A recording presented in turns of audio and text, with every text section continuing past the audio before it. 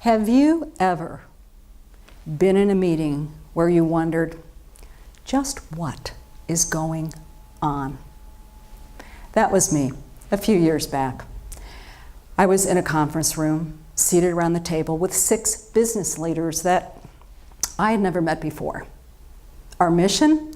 We were part of a newly formed new product development team. And our mission in life was to create the organization's next blockbuster over-the-counter products. No worries, right? Let's just say our first meeting was a complete disaster. We started to go around the room and introduce ourselves to one another. And that's when it happened. Everybody took out their professional peacock tails and started strutting their stuff. One story, one introduction after another got more fantastic, extolling all of their professional virtues, their accomplishments, past jobs, how great they were. You get the picture? And then it became my turn to introduce myself to this table full of professional peacocks. Hi, I'm a corporate newcomer. My boss said I'm a must. I have to be on this new product development team because I can get people who do not like to work together to in fact work together really well. But other than that, I have absolutely no idea what I'm doing or why anybody in their right mind would have put me on this team. Everybody folded up their professional peacock tails and they leaned back in their chairs. Frankly, Babette, none of us have any idea what we're doing on this team either.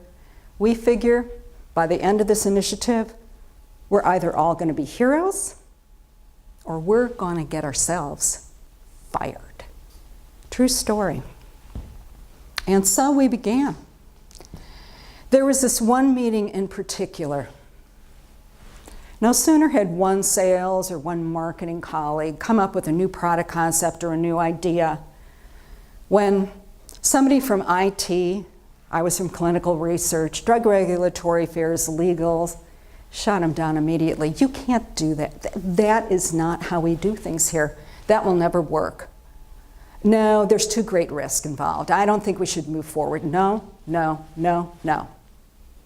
Until one of the marketing guys leaned across the table and said, you know, instead of continuing to tell us what we cannot do, why don't you tell us what we can do?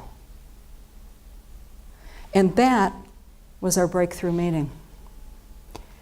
Instead of focusing only on risk and limitations, we started to focus on opportunities.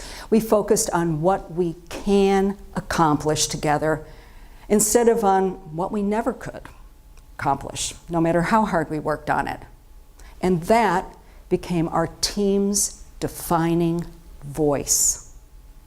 The business case we made to leadership was the profitability of incorporating quality processes and attributes into the new product development protocol we developed for the corporation in our work over the next 3 years. What you can do together instead of limiting yourself and dwelling on what you can never accomplish.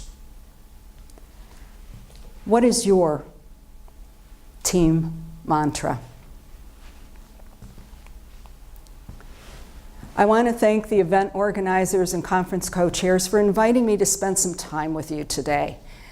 And feel free to reach out to me afterwards so we can continue our conversation.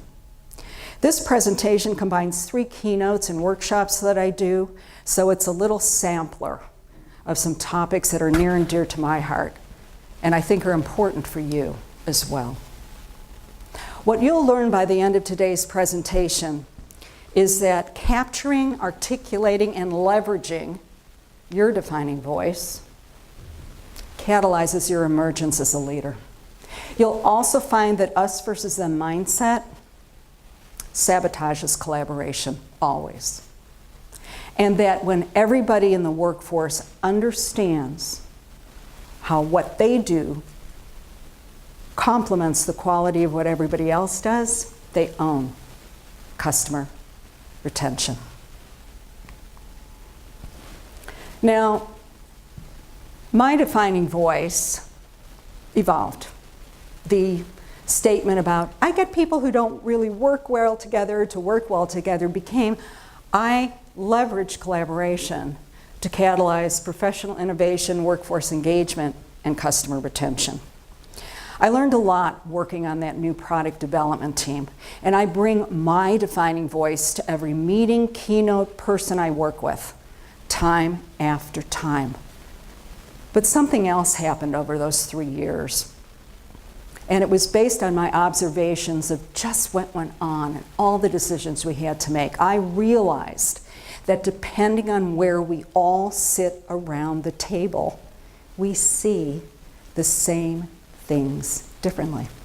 And shouldn't our differences become our strengths and opportunities instead of impediments to innovate, collaborate, and differentiate and better serve our clients? So, what is your defining voice? Chances are that you, like me, acquired your defining voice early on in your career, but you dismissed it as unimportant, insignificant. I mean, getting people to work well together. Doesn't everybody know how to do that? Your defining voice are your words, your actions, and your values, which you do so effortlessly that you take these for granted. You assume everybody knows how to do what you do. In reality, no one delivers what defines you quite the same way that you do. Now, if I go around the room today and ask each one of you, and I do in workshops, what is your defining voice? Chances are you're going to tell me about your professional backstory, the stuff we put on resumes, our degrees, the jobs we had, our certifications, our awards, the stuff we feel we make us look credible to other people. Our professional backstories are our peacock tails. And we're devoted to them, aren't we? The truth of the matter is that your professional backstory does not capture the defining voice that each one of you brings to your organization's business table and value stream.